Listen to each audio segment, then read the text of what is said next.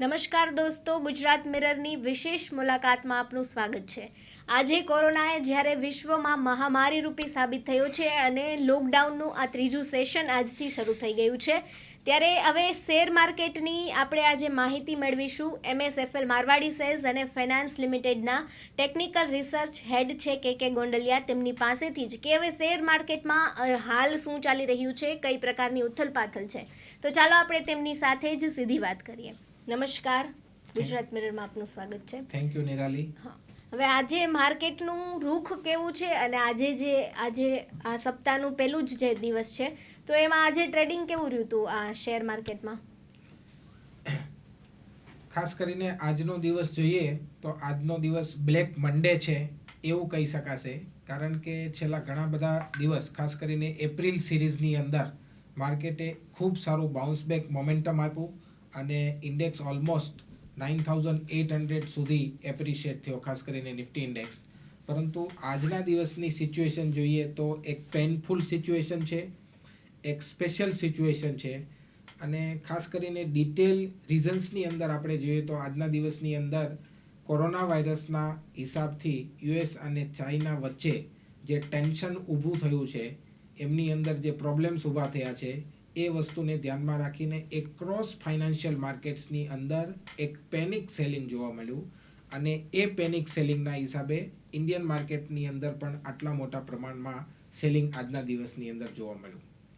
ખાસ કરીને આજના દિવસનું સ્નેપશોટ ડિસ્કશન કરીએ તો આજના દિવસની અંદર બેંક ઇન્ડેક્સ, નિફ્ટી બેંક ઇન્ડેક્સની અંદર વધારે વીકનેસ જોવા મળી અને એ ઇન્ડેક્સ લગભગ 8%ના ઘટાડા સાથે એક દિવસ આજના દિવસની અંદર બંધાયો છે. જ્યારે સેન્સેક્સ અને નિફ્ટીની અંદર અનુક્રમે સેન્સેક્સમાં 2000 પોઈન્ટ જેવો ઘટાડો જોવા મળ્યો છે, જ્યારે નિફ્ટીની અંદર 566 પોઈન્ટ જેવો ઘટાડો જોવા મળ્યો છે, જે ઇન્ડિકેટ કરે છે કે આજના દિવસની અંદર સિચ્યુએશન નોર્મલ નહોતી. માર્કેટ લોઅર લો આજના દિવસની અંદર બંધાયું છે, જે ઇન્ડિકેટ કરે છે કે આગળના સમયની અંદર પણ પ્રેશર રહેવાની પૂરેપૂરી શક્યતા છે.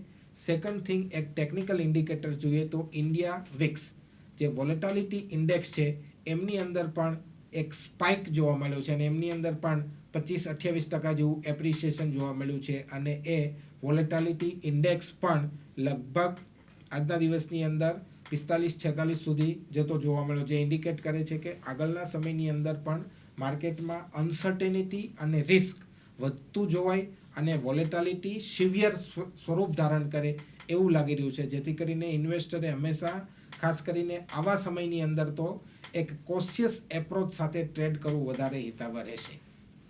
સેક્ટર સ્પેસિફિક મોમેન્ટ જોઈએ તો ફાર્મા ઇન્ડેક્સને બાદ કરતાં લગભગ એક્રોસ સેગમેન્ટ્સની અંદર સેલિંગ પ્રેશર જોવા મળ્યું, જ્યારે pharma as a defensive mechanism કહી શકાય કે જેમની અંદર આજે માઇનોર અથવા તો થોડા એવા પ્રમાણની અંદર ઉછાળો જોવા મળ્યો હતો, જ્યારે મિડ કેપ, સ્મોલ કેપ કે બીજા ઇન્ડેક્સની અંદર ખૂબ જ પ્રમાણમાં ઘટાડો જોવા મળ્યો હતો, જે ઇન્ડિકેટ કરે છે કે માર્કેટની અંદર એક મોટું સેલિંગ પ્રેશર છે અને આગળના સમયની અંદર પણ હજુ સેલિંગ પ્રેશર માર્કેટમાં આવે એવી શક્યતા લાગી રહી છે.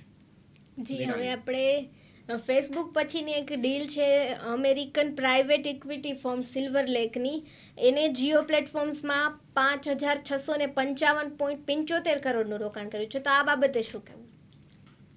ખૂબ જ સરસ ક્વેશ્ચન છે. ખાસ કરીને રિલાયન્સ ઇન્ડસ્ટ્રી 30 એપ્રિલની અંદર આ કંપનીએ રિઝલ્ટ્સ ડિક્લેર કર્યું છે.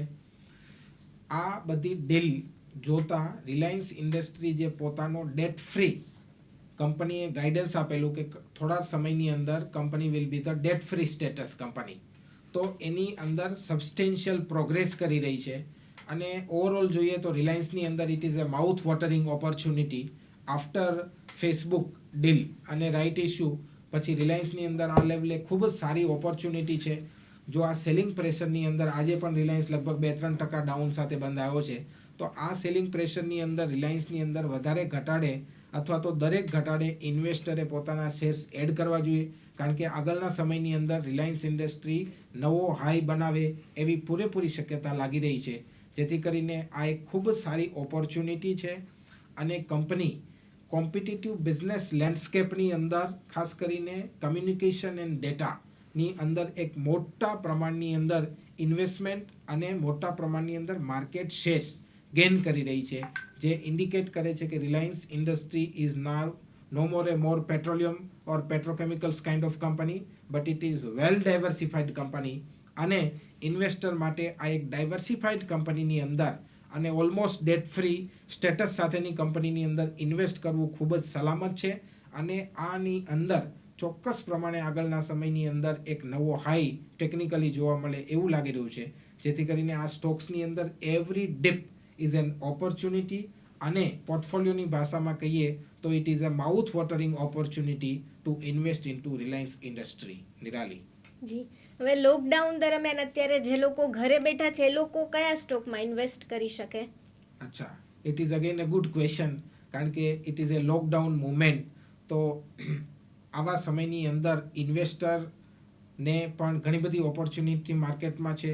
ખાસ કરીને ફાર્માસ્યુટિકલ સેક્ટર્સની વાત કરીએ તો આ એક હેલ્થકેર પેન્ડેમિક છે, જેથી કરીને ફાર્માસ્યુટિકલ કંપનીની અંદર એક ઓપોર્ચ્યુનિટી દેખાઈ રહી છે. ટેકનિકલી જોવા જઈએ તો ફાર્માસ્યુટિકલનો જે ફાર્મા ઇન્ડેક્સ છે એ પણ બોટમ થઈ ચૂક્યો છે, અને એમના શેર્સની અંદર પણ ઉછાળો જોવા મળે એવી શક્યતા છે, જેથી કરીને ઇન્વેસ્ટરે સેક્ટર સ્પેસિફિકમાં ફાર્માને પહેલું પસંદગી આપવું જોઈએ.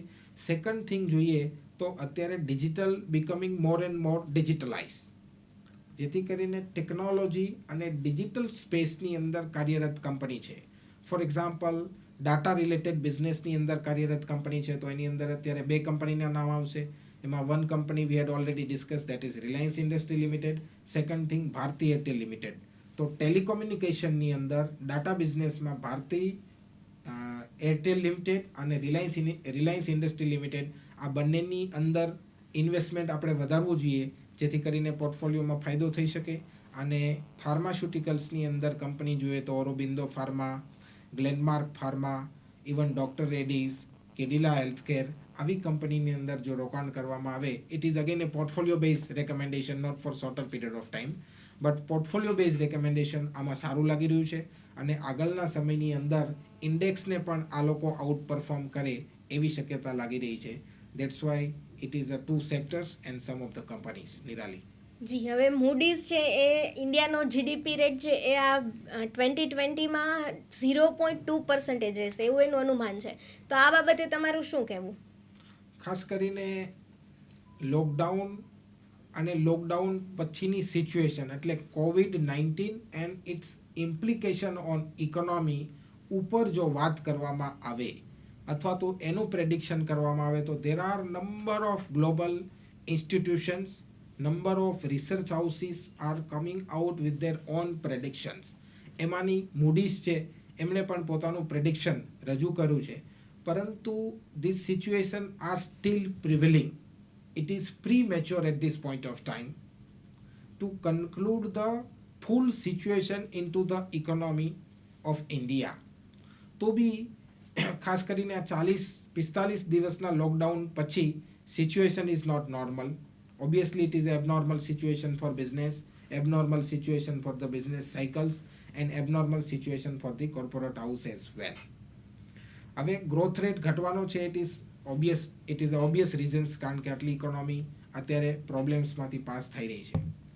પરંતુ આગળના સમયની અંદર કયા સેક્ટર્સ વધારે પ્રોબ્લેમ્સમાં આવી શકે અને કયા સેક્ટર્સની અંદર ઓપોર્ચ્યુનિટી જનરેટ થાય એ કહેવું અત્યારે મુશ્કેલ છે, કારણ કે government is also considering one package to support the MSME industry.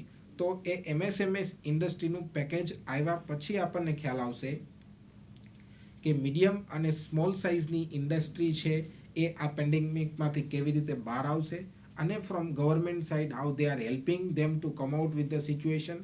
અને એમના પછી એક કોન્ક્રીટ એનાલિસિસ અથવા તો એક કોન્ક્રીટ રોડમેપ આપણને મળશે કે આફ્ટર લોકડાઉન ઇકોનોમીની સિચ્યુએશન કયા શેપ્સની અંદર જાય છે. કારણ કે for example we open the India, પણ એક ઇન્ડિયા ઓપન થવાથી business is not normal. We are the globalize economy, we have a trade with cross border lot of countries. તો જ્યારે અહીંયા લોકડાઉન ઓપન થાય તો બીજા કોઈ કન્ટ્રીની અંદર લોકડાઉન છે તો એમની બે વચ્ચે ટ્રેડ થવાનો નથી, તો surely it is affected to our economy. Second important points, crude. અત્યારે ઇકોનોમી ઓપન થાય છે ઇન્ડિયાની, તો બી ક્રૂડ્સની અંદર પ્રોબ્લેમ આવી રહ્યો છે, કારણ કે due to geo political issue between India and US and China.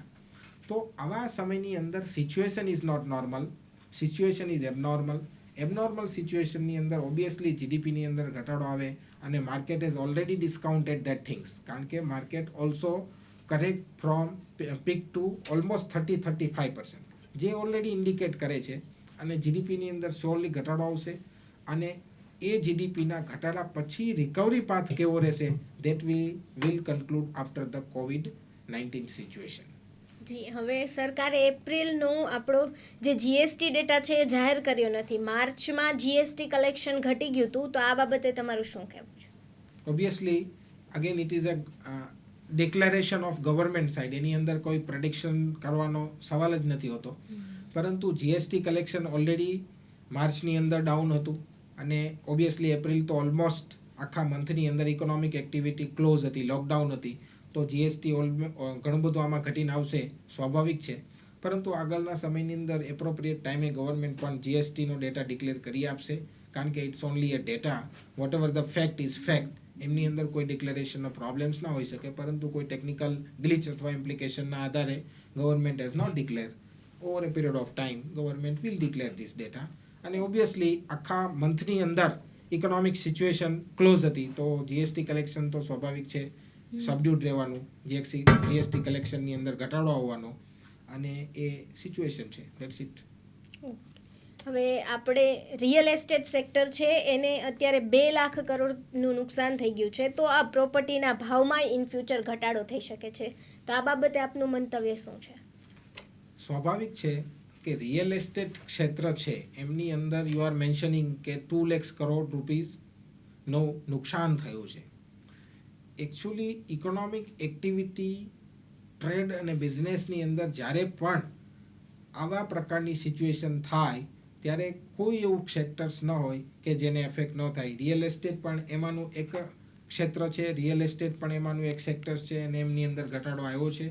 આગળના સમયની અંદર પણ ડિમાન્ડ્સને અસર થઈ શકે છે, કારણ કે જે આખી એમએસએમઈ ઇન્ડસ્ટ્રી છે, small and medium enterprise, even some corporate level industry, તો આમના casuals labours, organize salaried class peoples, આ બધાના પે રિલેટેડ પ્રોબ્લેમ્સ થવાના હિસાબે આ ઇન્ડસ્ટ્રીને over a period of time અસર થઈ શકે છે, અને એમના પ્રાઇસ ઉપર ઓબ્વિયસલી અસર આવવાની, કારણ કે it is a economic principal, demand and supply.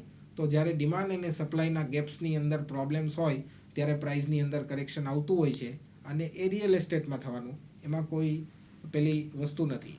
તો એ ઓલરેડી ઇકોનોમિક સ્ટ્રેસ છે, ઇકોનોમી ઉપર આવેલા સ્ટ્રેસનું રિફ્લેક્શન રિયલ એસ્ટેટ ઇન્ડસ્ટ્રી ઉપર છે, એવું આપણે કહી શકાય. જી, હવે એક last apart from R subject, હવે આપણા જે દર્શકો ઘરે બેઠા છે એ લોકોને આપણે ઘરે રહે, સુરક્ષિત રહે, એવો એક તમારા તરફથી message. Yeah, it's very important, કારણ કે જ્યાં સુધી આમનું કોરોના વાયરસનું વેક્સિન મળતું નથી, ત્યાં સુધી તો આનું સ્પ્રેડ, કારણ કે અગેન વધતો જ જાય છે, ખાસ કરીને આફ્ટર મહારાષ્ટ્ર પછી ગુજરાત સેકન્ડ નંબરે અત્યારે છે. તો આપણે ખાસ કરીને સાવચેત રહેવું જોઈએ, વધારેમાં વધારે ગવર્મેન્ટે આપેલી ગાઈડલાઇન્સ પ્લસ આપણી સેફટીને ધ્યાનમાં રાખી અને દરેક લોકોએ નોર્મલ ઇકોનોમિક એક્ટિવિટીમાં પાર્ટ્સ લેવો, પરંતુ પ્રિકોશનરી ઇઝ વેરી ઇમ્પોર્ટન્ટ. દરેક લોકોએ આ સિચ્યુએશન સાથે એડજસ્ટ થઈ જવું પડશે, એડજસ્ટમેન્ટ સાથે આપણે જીવતા શીખી જવું પડશે, અને એ વસ્તુને ધ્યાનમાં રાખી અને દરેક લોકો સેફટી મેજર્સને વધારે ધ્યાન આપે. સેનિટાઈઝર્સ, સેફટી, માસ્ક, જે બી ગવર્મેન્ટની ગાઈડલાઇન્સ આવેલી છે, એ એડમિનિસ્ટ્રેશનની ગાઈડલાઇન્સ આપણા સેફટી માટે આપેલી છે, કારણ કે એડમિનની એક મર્યાદા હોય છે, એડમિનિસ્ટ્રેશનની એક લિમિટ હોય છે, પરંતુ જ્યાં સુધી કોમન પબ્લિક્સનું કોઓપરેશન એમને વધારે ન મળે, ત્યાં સુધી આવા પ્રકારની લડાઈ, આવા પ્રકારના પ્રોબ્લેમ્સની અંદર ફાઇટ કરવી મુશ્કેલી હોતી હોય છે. જેથી કરીને મારો એક જ સંદેશ છે દરેક ગુજરાત મિરરના દર્શકોને, કે આપ વધારે ગવર્મેન્ટે આપેલી ગાઈડલાઇન્સને ફોલો કરો, હેલ્ધી રહો, સેફટી રાખો, અને આપણી સેફટી એ આપણા માટેની હેલ્થ છે, આપણા માટેની એક પ્રોસ્પેરિટી છે, કારણ કે again the health is one kind of prosperity. તો જો હેલ્થ સારી હશે તો તમે પ્રોસ્પેરિટી તો માર્કેટ્સ અથવા તો બીજા કોઈ મીડિયમથી સારી રીતે બનાવી જ શકશો. પરંતુ ગવર્મેન્ટે જે બી ગાઈડલાઇન્સ ડિક્લેર કરેલી છે એનું ચુસ્તપણે પાલન થાય એવું દરેક દર્શક મિત્રોએ ધ્યાન રાખવું જોઈએ, જેથી કરીને આપણે આ સિચ્યુએશનમાંથી કમ્પેરેટિવલી અધર્સ કન્ટ્રી કરતાં ખૂબ સારા પ્લેસ ઉપર છીએ, ખૂબ સારી સ્થિતિમાં છીએ, અને ઝડપથી આપણે આમાંથી બહાર આવીએ જેથી કરીને આપણી ઇકોનોમિક એક્ટિવિટી પણ નોર્મલાઇઝ થાય, જે મારું દર્શક મિત્રોને ખાસ વિનંતી છે. જી ધન્યવાદ. Okay, thank you very much. તો દર્શકો, ફરી મળીશું આપણે. ત્યાં સુધી તમારી દોસ્ત નિરાલીને આપશો રજા અને જોતા રહો ગુજરાત મિરરની આવી જ ખાસ મુલાકાત. નમસ્કાર. Stay home, stay safe.